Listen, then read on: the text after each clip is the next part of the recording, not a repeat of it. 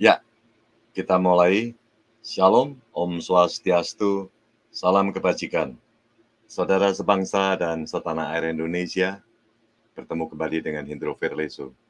Pada hari ini, saudara, saya akan mengadakan perjalanan ke Al Zaitun yang ada di Indramayu, dan kemudian kami bertemu dengan Syekh Panji Gumilang, dan acara kemudian adalah kami akan merayakan perayaan 1 Muharram 1445 Hijriah di Masjid Rahmatan Lil Alamin. Terima kasih dan mohon ikuti acara kami berikutnya. Shalom. Shalom, Om Swastiastu, salam kebajikan. Saudara sebangsa dan setanah air Indonesia, bertemu kembali dengan saya di sini, Leonardo Sirait. Pada hari ini, saudara, saya beserta tim dan kawan-kawan lainnya berkunjung ke Al Zaitun. Oke teman-teman gereja YouTube, teman-teman Leonardo, kita sudah di perjalanan mau ke Al Zaitun. Oke, kita mau berangkat ke mana ini Pak? Bersama Pak Hendro. Mahat Al Zaitun. Iya. Gimana Pak? Al Zaitun ada di apa namanya? Indramayu atau Komplek Bantar ya kan? Komplek Bantar. Iya. Kita mau nemuin Panji Gumilang aja. Iya, Panji Gumilang nanti akan disambut oleh rekan-rekan kita, rekan-rekan dari alumni Al Zaitun. Iya. Ini pakai apa nih Pak? Pakai DJI Pak. DJI ya. Nanti ikutin kita perjalanan kita ya. Ini kita sudah mau sampai. Kita sekarang ini sedang mendapatkan informasi bahwa ada peperangan hebat antara kelompok nasionalis Pancasilais dengan kelompok radikalis ataupun yang sangat-sangat mau memperpecah negeri ini, bangsa ini. Orang-orang nasionalis semua harus merapat dan kuatkan barisan untuk saling support Syekh Panji Gumilang dan Al Zaitun, karena ini menyangkut nasib kita minoritas di negeri ini yang selalu menjadi sasaran ketidakadilan dan intoleransi. Sesampai di sana, kami sangat diterima masuk ke dalam dengan sambutan yang sangat ramai ya, dan nggak sesulit yang dikabarkan di media sosial. Ini saya coba rekam suasana masuk di sana. Oke, kita udah nyampe guys. Nih guys, ini pendoponya salah satunya. Kelihatan nggak? Blur ya. Begitu sampai, saya langsung ketemu dengan Syekh Panji Gumilang dan berbincang sejenak. Karena baru sampai, kami disuruh istirahat dulu karena agak mabuk juga di jalan.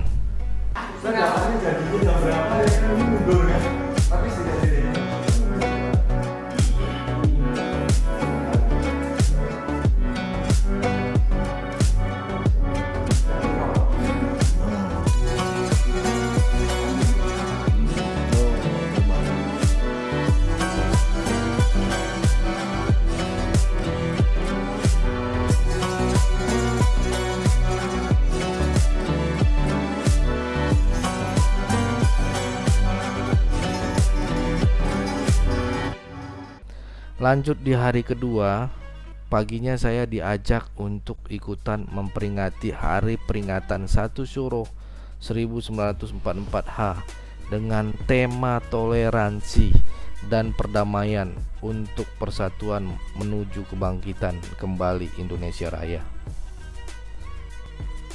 Jujur, karena melihat tema ini, saya tergerak untuk ikut serta dalam kegiatan ini. Dan saya siap, dan saya berkata siap untuk berangkat ke Indramayu.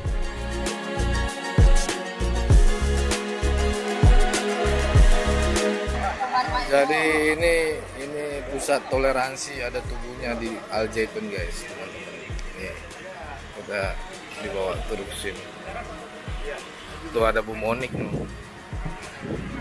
Modelnya jadi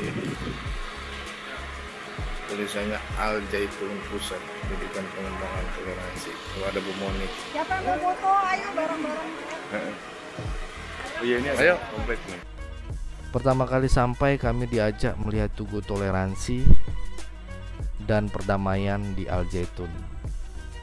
Bertulisan seperti yang kalian lihat ini. Ini sangat menggema gitu ya. Ini sangat membuat saya yakin bahwa Al Zaitun ini sangat toleransi. Dia sampai mengangkat visi misi toleransi dan perdamaian. Hati saya langsung semangat baru lagi untuk melakukan atau bergerak menyebarkan toleransi. Oke, kita lanjut lagi.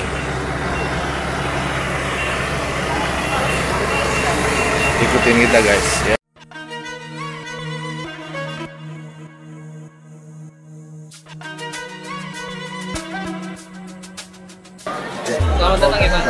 Oke, kita udah sampai guys. Di masjidnya, jadi acaranya di sini guys. Nanti temanya keren, toleransi dan perdamaian untuk persatuan menuju kebangkitan kembali Indonesia. Ini kalau mau demo tuh kayak begini. Nah, jadi gimana setelah menghadiri datang langsung ke Al Zaitun, gimana Ya, Pak? luar biasa, menakjubkan. Begitu banyak manusia yang ada di sini, ya kan, mereka-mereka yang memerlukan kedamaian. Mereka adalah dengan menjunjung tinggi solidaritas, ya kan, persatuan, Toleransi. Indonesia, Iya. untuk Indonesia. Terima kasih. Oke, kita lanjut ya Pak. Ya. Wah, ini terkenal ini. Ya guys, jadi ini guys teman-teman, saya mau ngasih lihat juga besarnya ya orang-orang, dan semuanya toleransinya kuat. Mereka welcome, nyambut orang Kristen tuh shalom gitu. Jadi assalamualaikum gitu juga ya. Jadi menurut saya ini apa ya? Toleransinya kuat, persatuannya gitu. Jadi sebagai saya juga apa ya, pendidikan gitu ya. Nanti tadi kita udah jalan juga ke tugunya ya. Untuk itu melihat di situ ada tugu perdamaian gitu. Oke ya teman-teman. Ya. Nah, banyak sekali guys gitu.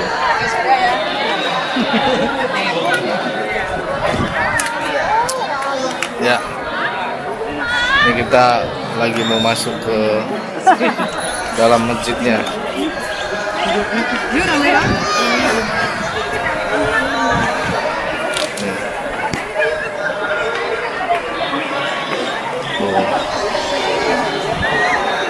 Ini 7 lantai. 7 lantai. Peringatan Jatuh Suruh. Tulisan di sini tengah-tengah. Ya kan? Oke, ikutin kita terus ya.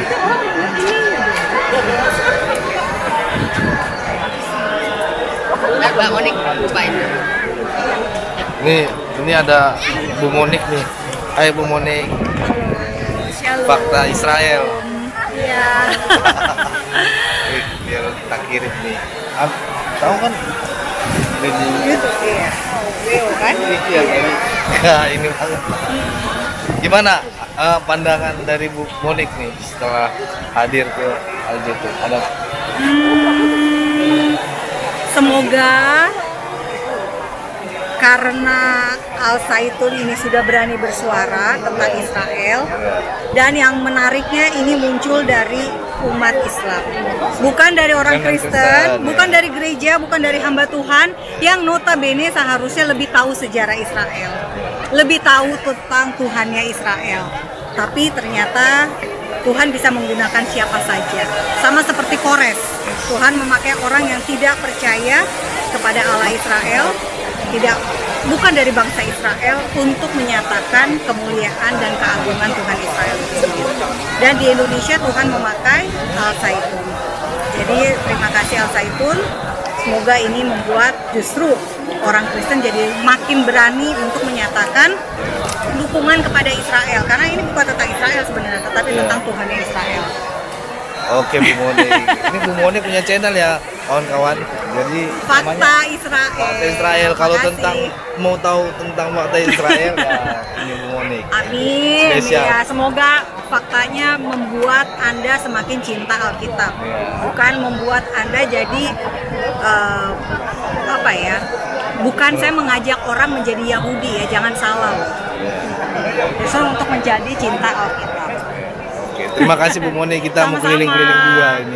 Lihat tuh, peringatan, toleransi, dan kedamaian. Ya, tuh keren banget tuh. Ya, itu semestinya Ini ada Pak Indro juga. Ya, ini adalah toleransi dan perdamaian untuk persatuan. Akan menuju kebangkitan kembali Indonesia Raya. Luar biasa.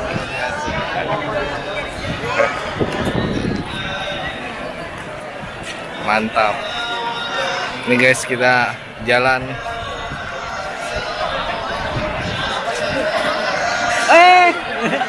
Siap. Pak Indro nih, Ayo. siapa harus ini? Ini, Pak Indro. udah. Oh, kemarin kemana aja?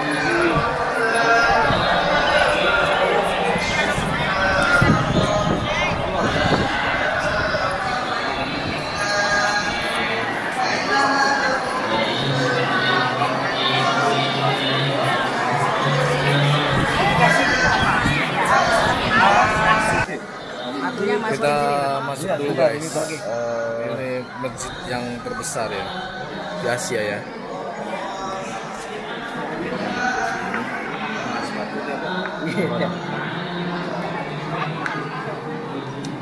Ya, ini para santri-santrinya. Welcome banget ya semua. Hai. Oke. Halo. Assalamualaikum. Shalom. Hormat banget ya. Luar biasa ya toleransi. Salam alaikum. Sesampai di masjid, terus disambut sama rekan-rekan santri dan juga panitia.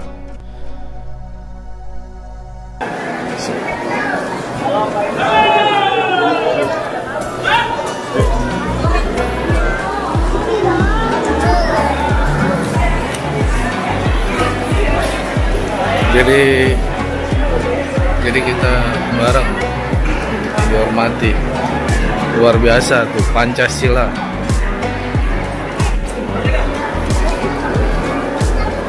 Saya juga hormat nih guys. Saya juga hormat.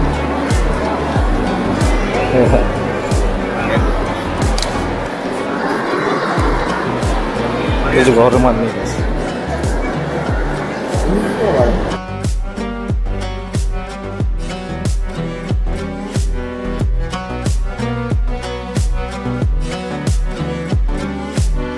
Kita udah di dalam masjidnya guys, teman-teman, dan ini sangat luar biasa ya.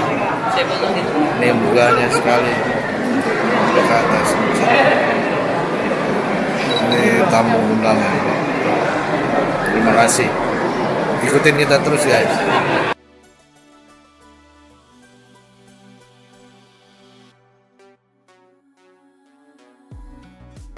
Jadi kita sebelumnya menyanyikan lagu Indonesia Raya. Indonesia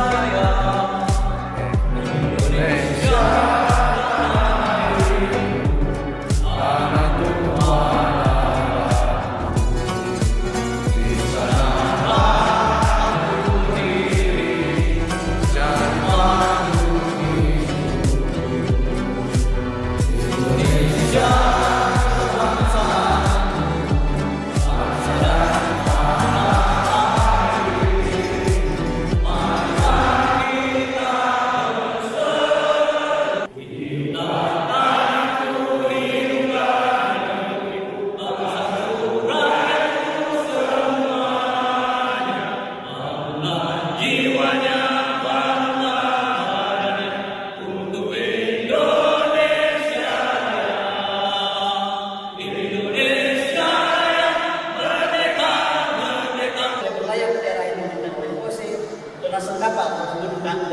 poin Ramadan, kemudian 30, kemudian 10. Apa yang saya ketemukan di dalam kunjungan saya bersama Syekh Panji Gumilang kemarin?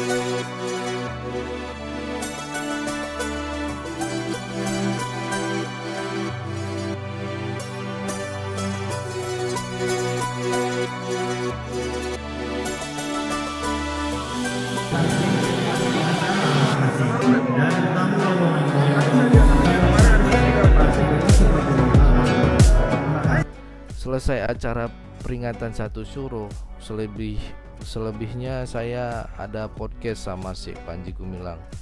Sebelum kami tur ke lokasi untuk melihat budidaya ternak dan pabrik beras yang mereka akan konsumsi sendiri ya, mereka yang buat, mereka yang nanam, dan mereka yang menikmati gitu ya. Sampai air mineral aja gitu kan yang mereka gunakan buatan sendiri loh gitu ya. Jujur saya salut dengan pemikiran Syekh Panji Gumilang ini bisa melakukan ini. Oke guys, kita lagi tur dulu di tempat-tempat yang ini ruang pelayanan sekretariat pendidikan. Tuh kita sama Bro Martin juga.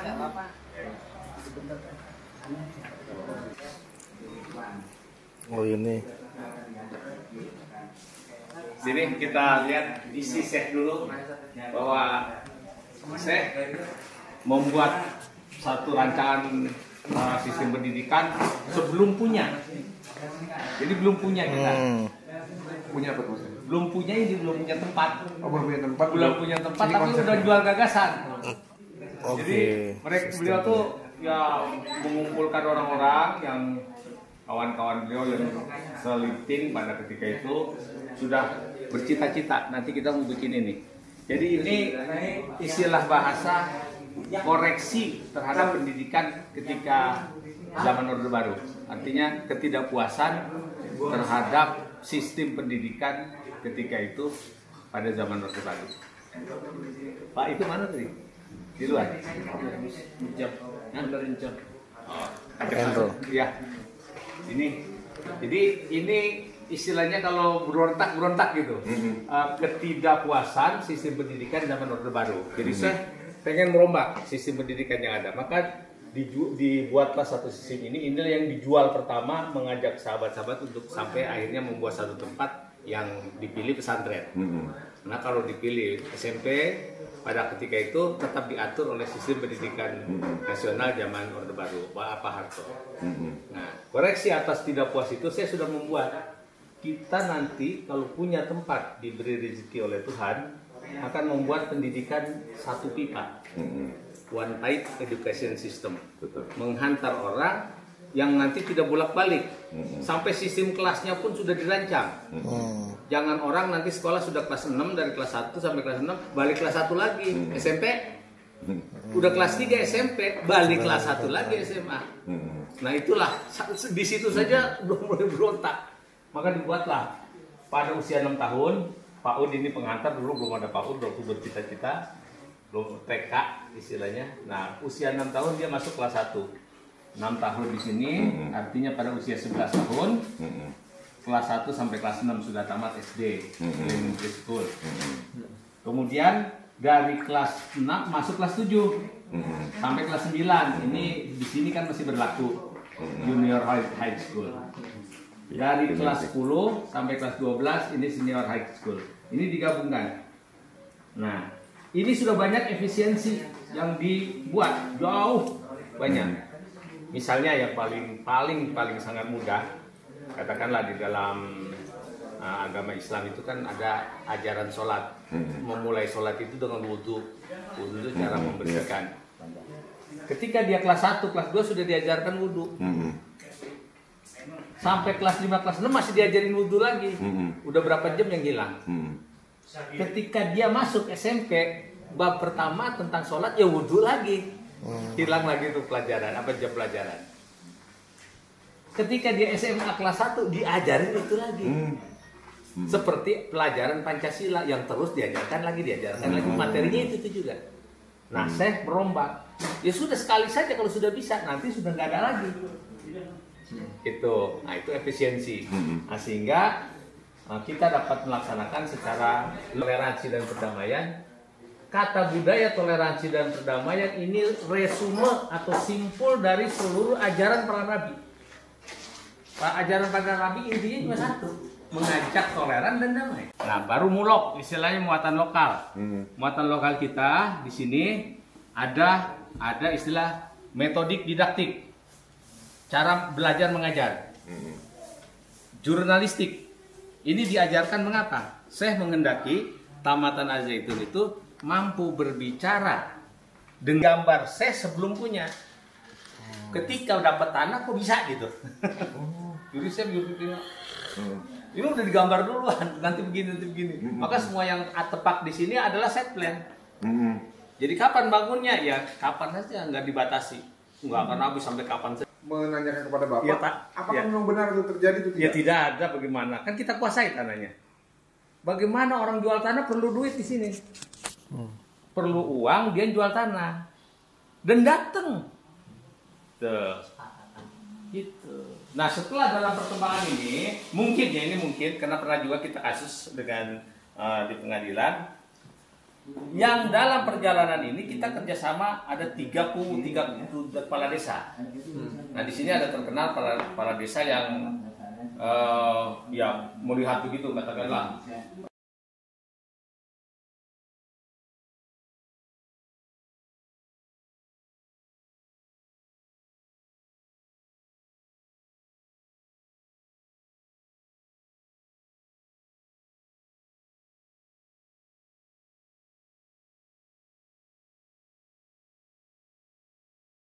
Ada. Nah itu dendam saya. Dendamnya bukan membalas. Nanti kalau saya punya pesantren tidak akan ada kekerasan. Makanya sejak awal di sini anti kekerasan. Terus yang kedua, kelaparan. Saya itu pernah sering kelaparan di pesantren. Akibat kelaparan bohong. Nah, dia ngaku besok mau sahur, malam minta nasi ke dapur. Bukan untuk sahur tapi dimakan. Akhirnya berbohong, ketahuan pagi makan lagi. Oh mas katanya puasa. Ternyata itu. Nah sudah sejak itu kata Syekh nanti kalau saya punya pesantren tidak akan ada kelaparan. Barangkali nanti Tidak ada kelaparan itu maksudnya gimana? Artinya jangan ada santri lapar. Nah itu jadwal makannya gimana? Jadwal makan 3 kali sehari. Nah ini kita lihat tentang persiapan beras. Nah ini yang diisukan orang tempat membuat senjata. Sampai Ridwan Kamil dan ketua. Ya guys, ini di pembuatan beras di Al-Zaitun. Kita coba lihat ya. Tapi udah mulai gelap.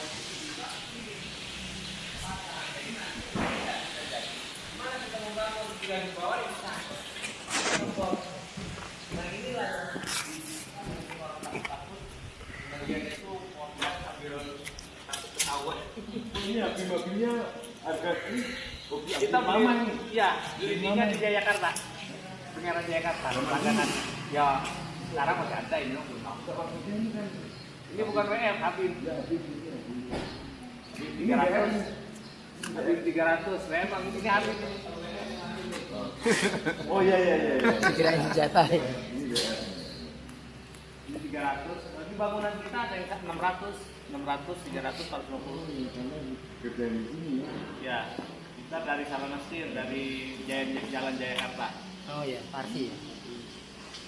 Jadi semua ini ke belakang semua ini yang bagian. Makanya ini diisukan kan banyak senjata. Memang ngawur ini.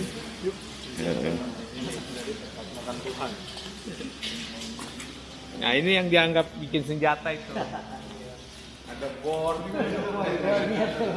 ada apa? Jadi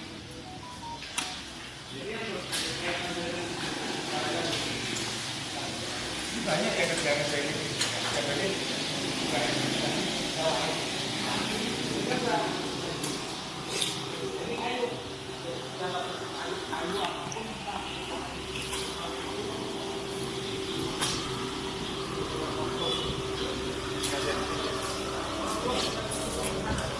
Ini bahan dasar kayunya dari mana nih Pak?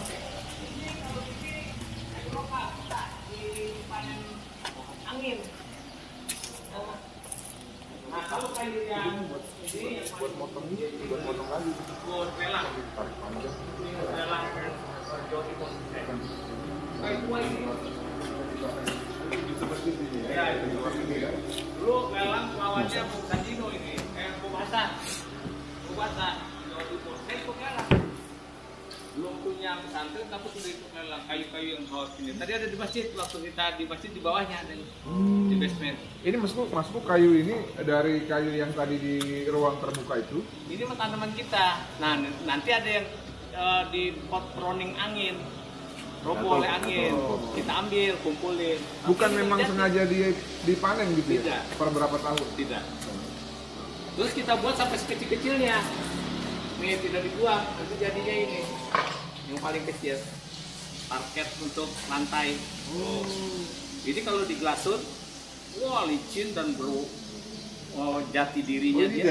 Dari kayu ini. Kayu yang paling kecil, sisa-sisa nggak dibuang. Wah ini si jati purba. Ini kan satu papan sebenarnya. Ini nggak sambungan loh. Iya. Ini buat pintu apa ini? Buat pintu Masjid tadi tempat kita itu pintunya. Ini beli sudah keadaan ini tadi. Lock. Tadi dia masih lock ya? bawahnya. Iya. Nggak kita lihat itu locknya. Ada yang toknya tahun 57 Pak. Tok kayu itu. Ya katanya ada saya dengar dari Kiai. Tapi buru gelap nanti nggak kelihatan nanti area luarnya. Yuk. Nanti nggak apa-apa nanti kemana-mana. Ini SMP namanya Rice Milling Pen, 1 jam 10 ton kerjanya. Langsung beras medium apa premium. Jadi dari Gabah kita punya silo yang tinggi tadi itu. Silo yang sebelah kanan tadi yang bulat. Nanti kita lihat dari sana. Ini Pak outputnya buangan yang tidak dipakai. Mulai kan ada ruangan. Namanya sekam-sekam itu Dari lah. sekam, terus katulnya, menirnya, terus beras patahnya, kumpul keluar yang sudah premium. Dijual ke mana? Atau diperjual Satu kecukupan makan di sini. 1,5 ton 1 hari di sini makannya. Sapi? Sapi ini makanan manusia. manusia. Bro. Bukan yang sapi kalau seperti kayak katol apa itu kan? Itu limbah. Itu limbah, makan ya? kan produksi beras ini. Sehari itu 1,5 ton. Bukan. Maksudnya datangnya bekatul. Makan. Kita makan, makan masyarakat apa namanya kita sini 1 hari itu 1,5 ton makannya beras.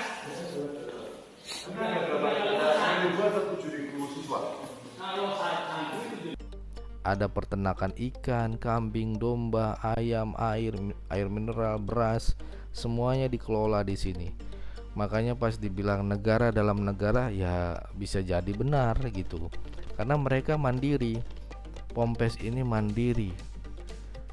Dan bikin saya kaget gitu. Bayangkan kalau apa yang diterapkan di sini bisa diterapkan lagi di pompes-pompes ataupun gereja-gereja. Budidaya seperti ini sangat luar biasa gitu, bisa menghasilkan banyak apa ya dibilang ya, perekonomian juga makin maju gitu ya, karena membudidayakan ini semua gitu. Dan menurut saya ini sangat-sangat menjadi contoh Pompes ini. Itu mereka sudah memiliki penyimpanan suplai makanan untuk 2 tahun. Itu yang bikin kaget saya ketika dibilang di sini kita sudah menyimpan suplai makanan untuk 2 tahun, Mbak. Waduh, saya kaget ini. Jadi kalau perekonomian anjlok selama 2 tahun, saudara, kayak COVID-19 kemarin lah, itu mereka masih bisa hidup dan bertahan hidup, saudara, tanpa dapat subsidi dari luar dan sebagainya, dari pemerintah dan sebagainya. Mereka bisa bertahan hidup. Contoh ya, kayak di luar kan dia udah menyiapkan, luar negeri kan itu udah menyiapkan untuk hari kiamat, ibaratnya 2 tahun. Nanti kalau kiamat 2 tahun, mereka sudah ada supply, ada makanan gitu. Jadi pemikiran Panji ini udah sampai ke sana gitu, Syekh Panji ini.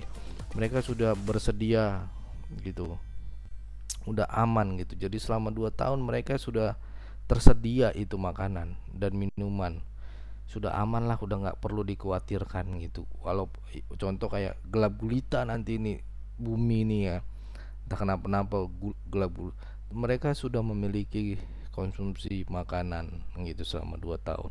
Ini keren banget, keren ya, kayak negara di luar sono ya kan, udah canggih sekali, udah memikirkan masa depan dan memikirkan masa panjangnya waktu ini gitu ya. Itu menurut saya sangat luar biasa. Kalau bisa langsung diangkat.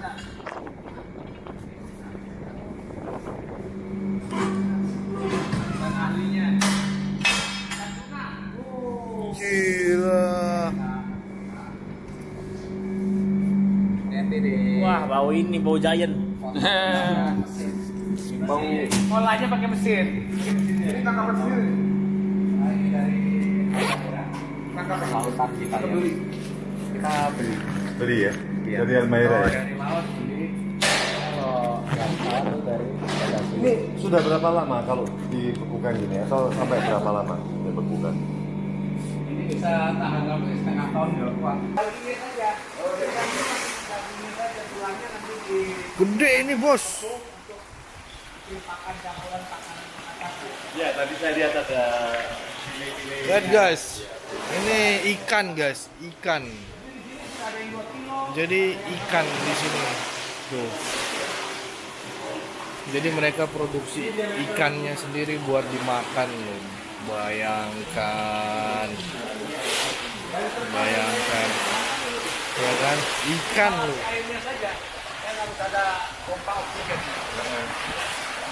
Nah, ini lah, Nek.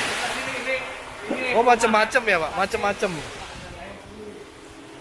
Ini apa nih, lele? Lele mah kalem dia. Ini pakai probiotik.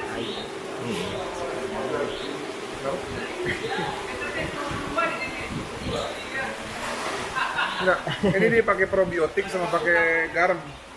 Biar ini ya. Pakai budaya apa kayak reaksi kimia dia.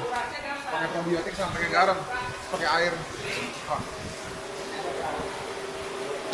Oke saudara, itu dia videonya perjalanan saya selama di Al Zaitun, dan semoga saudara-saudara, teman-teman terberkati dan bisa menyimak gitu ya, apa yang baiknya dari kunjungan saya ini, apa yang baiknya diambil, yang buruknya dibuang gitu.